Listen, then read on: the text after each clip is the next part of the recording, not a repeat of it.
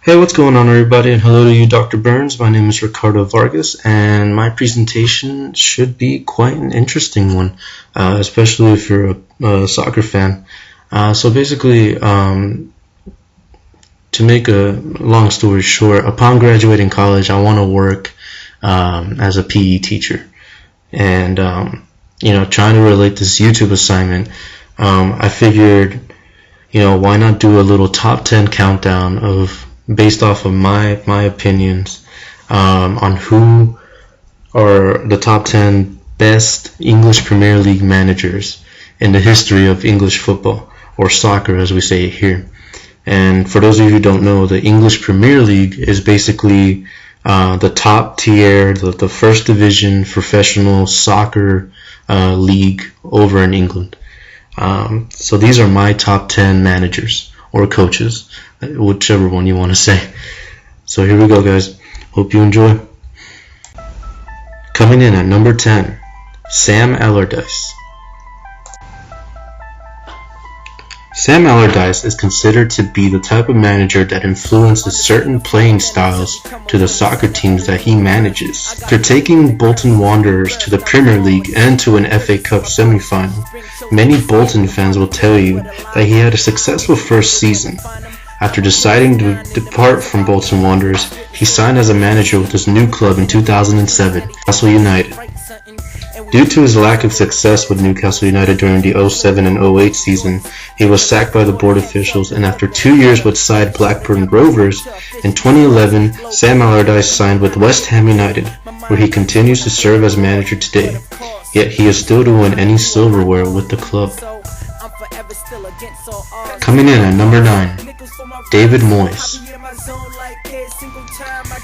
Oh, David Moyes. Many Manchester United fans can tell you that David Moyes is not exactly the best choice as a soccer manager.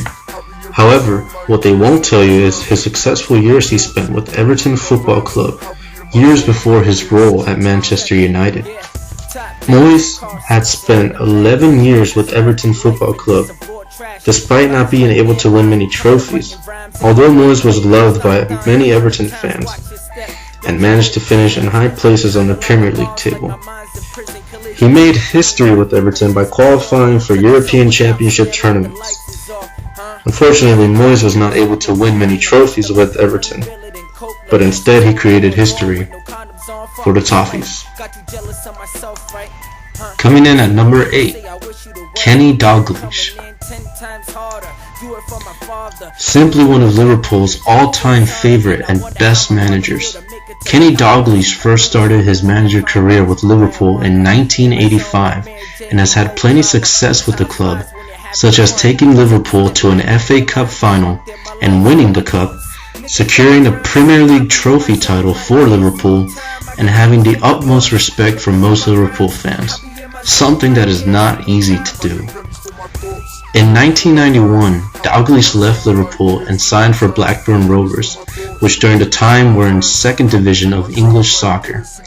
Needless to say, Dalglish led Blackburn to the promotion into the Premier League, and in 1995, Blackburn Rovers were crowned champions of English soccer, under Kenny Dalglish, of course, the last time they ever won a trophy.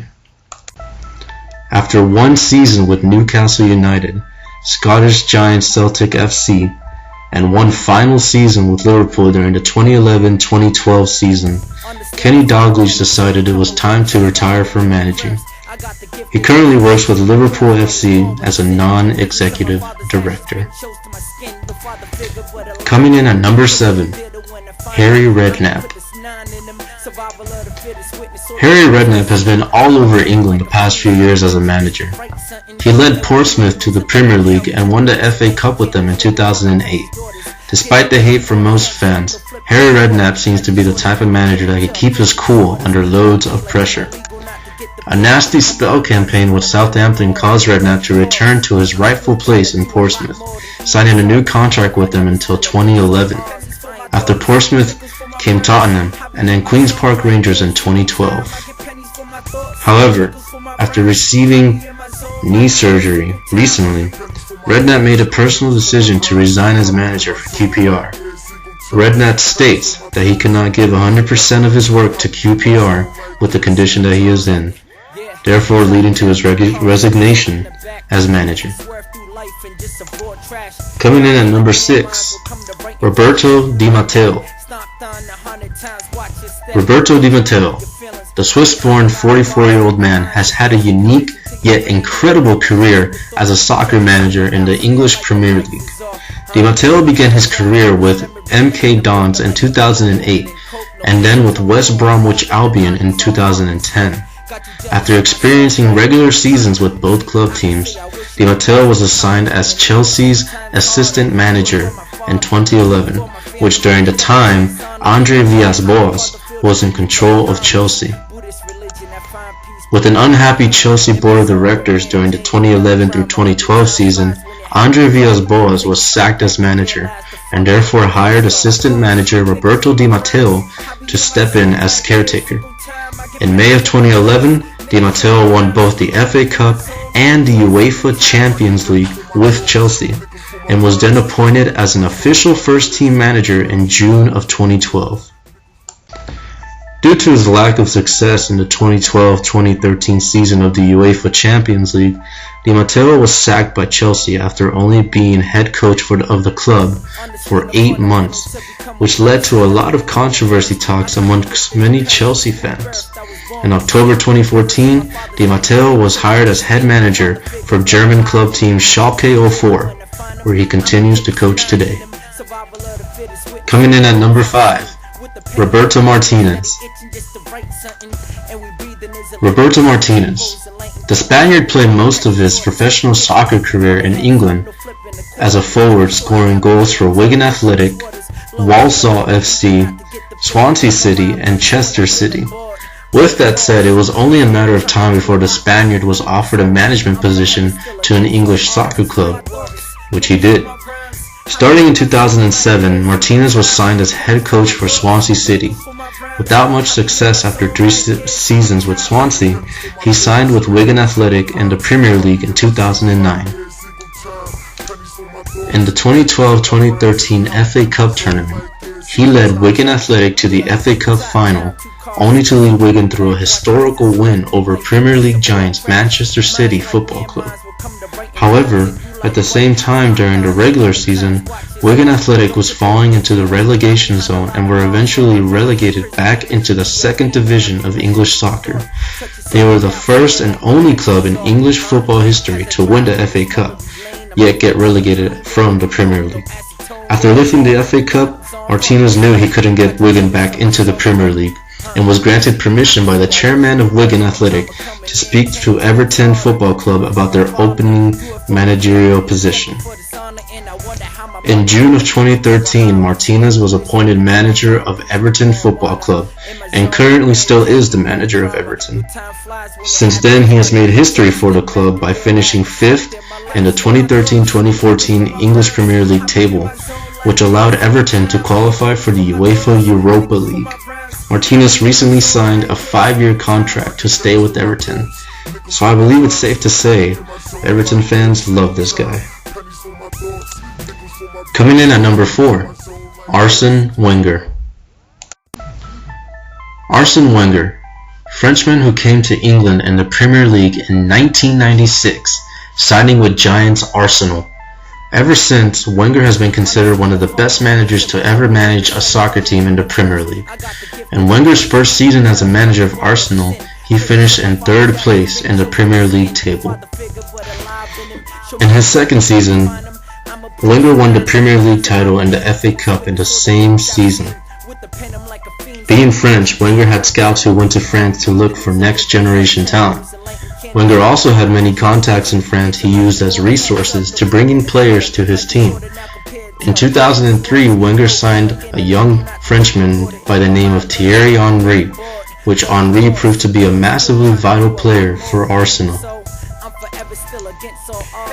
During the 2003-2004 English Premier League season, Wenger made history with Arsenal by being the only undefeated team in the league, which needless to say, he won the Premier League title. Last season's FA Cup tournament saw Arsenal as champions as they beat Hull City in a major comeback trailing 2-0 and scoring 3 goals to win the match. He is definitely one of the best managers in my book and will be put in history books of English soccer. Coming in at number 3, Roberto Mancini. Mancini came to England in 2008 and signed with Manchester City Football Club as head manager. Even though the Italian had never had much success as Arsene Wenger did, he is still considered one of the best in my opinion due to the fact that he won the Premier League title for Manchester City in a very historical victory by scoring in the dying minutes of the final match in the 2011-2012 English Premier League season by beating Queen's Park Rangers 3-2 in extra time.